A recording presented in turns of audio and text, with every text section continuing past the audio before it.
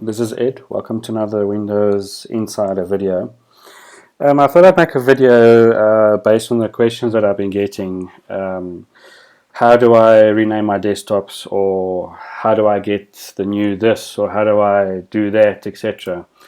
Now, if you want to be running the Windows Insider preview builds, you get the option to do the slow ring or the fast ring. I'm on the fast ring, so I get new updates weekly. It just depends on how fast Microsoft release them. What you must be aware of is, like, my machine crashed 2 days ago with an upgrade, even though I've been upgrading like for the last year. You might find the machine unstable, your applications might crash. If you're willing to live with that, I mean, I'm happy to live with that. I don't have the issue. Just, it's annoying sometimes when it happens, but understandably it's because you're running a preview build of Windows and not a full-blown stable version. If you want to join Windows Insider, you go to Settings and Updates and Security, and you'll see here you've got a Windows Insider button or tab, and then basically you can sign in with your account, and then it asks you what ring you want to be part of, and it's going to ask you to obviously reboot your machine, come back, and when you go to Windows Updates and you do a check, you'll obviously then get the new build. It'll update it. The updates take about an hour. Obviously it just depends on how fast your machine is. If you have a monster of a machine, it might be quicker. Also your internet connection, it depends on how fast it is. And then you'll obviously get the update here. If you want to leave the Insider program because you're not happy with the builds, or you want to change to a slower build, one that's a little bit more stable, if you're finding it that this is not for you, you can switch to slow here, or you can say stop getting preview builds completely, and you can select the slider, and then it will then basically remove you from that. On one of my machines I don't have the watermark, but on this one I do, so it keeps telling you what build you're running, etc. And it's encouraging that if you launch and sign into the feedback hub, it'll tell you when you've been an insider, since when, feedback. So your feedback helps build the next release of Windows 10. So if you think that, for example, if you go to your C drive and you right click on here and you go properties, and you feel that there must be another disk cleaner button here as an example, then you basically go and put in a suggestion.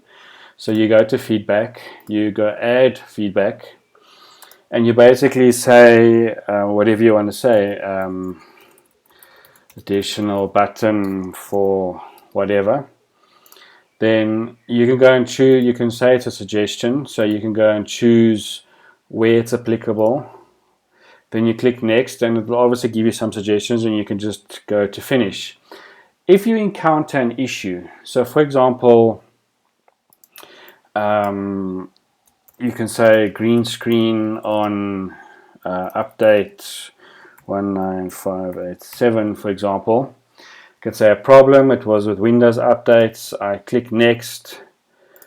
I can go down and see things here, and more importantly is the more information you can add, the better it is for the guys that are reviewing this, and also to fix in the next release. You might have a game that stopped working, you might have whatever the case, and if it creates a memory dump, you can then attach a file, or if you know that you can reproduce the problem within Windows 10, whether it's opening a game and crashing, you can say recreate my problem, it will record it, and then you can submit it to them with the diagnostics. And it does take a little bit of time to submit this if you choose like these options to send it, and then it asks you how frequently this occurred.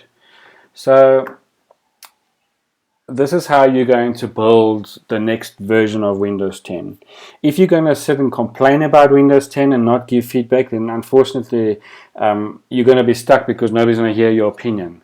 But actually going in and making a difference makes a difference for everybody. Some people might agree with what you are, some might disagree.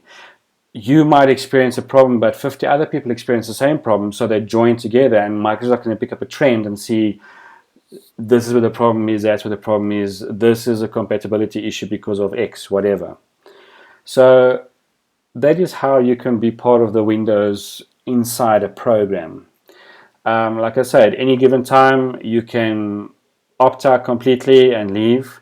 So nice to have badges that basically tells you what you've done, what you've got, how long you've been an insider for. If there's like competitions or engagements, etc., and you participate, you'll obviously get more badges. Some guys have got plenty of badges here. Again, it's how often you're going to update and feedback given, and you'll get, maybe you got a great suggestion, never mind a problem, and that suggestion, you start getting buy-in from other people. Yes, I want to see that. Yes, I want to see that. I agree, I don't want that to happen, but I wanted to do this, for example. So short and sweet, if that's what you want to do, join the Windows Insider program and make a difference. Thank you very much for watching.